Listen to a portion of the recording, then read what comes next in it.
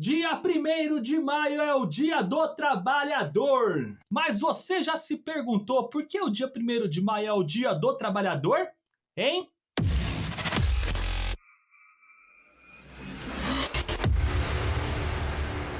E aí, por que o dia 1º de maio é o Dia do Trabalhador? É? Sabia não? Olá, queridos e queridas, tudo bem? Eu sou o professor Matheus e este é mais um História Pergunta. Uma questão em torno deste dia é quanto à sua denominação: Dia do Trabalho ou Dia do Trabalhador? O negócio é trabalho mesmo. Vocês podem encontrar as duas denominações, mas é mais comum utilizar o Dia do Trabalhador, uma vez que o Dia do Trabalhador está exaltando a figura deste trabalhador, toda a luta dessa classe operária pelos seus direitos, enquanto o Dia do Trabalho acaba exaltando mais uma ação, um trabalho, a ação de produzir um bem, por exemplo. Nós temos que pensar primeiramente que este dia está exaltando toda uma luta do trabalhador no passado. Se hoje nós temos direitos trabalhistas, como por exemplo, 13º salário, férias, jornada de 8 horas, isso veio através de muitas lutas, de muitas greves, passeatas no passado.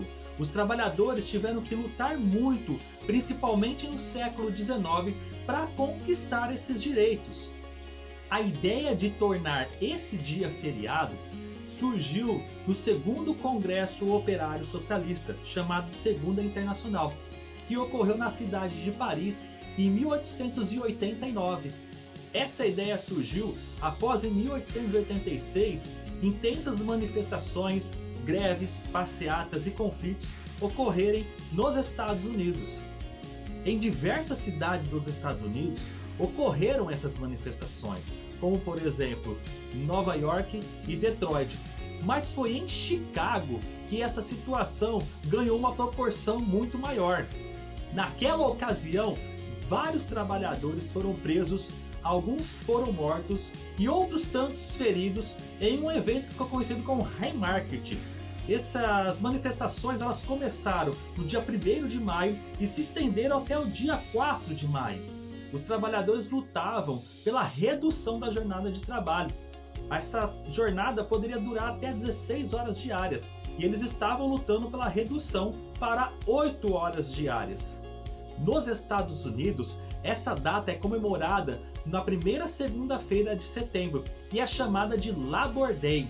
Mas na maioria dos países do mundo, esse dia é comemorado no 1º de maio, como é o caso do Brasil, que passou a ser uma data oficial a partir de 1925 no governo de Arthur Bernardes.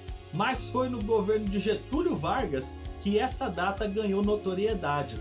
De maneira proposital, no dia 1º de maio de 1943, Getúlio Vargas decretou a CLT, que deu garantia ao trabalhador brasileiro, como por exemplo, uma jornada de trabalho de 8 horas e um salário mínimo.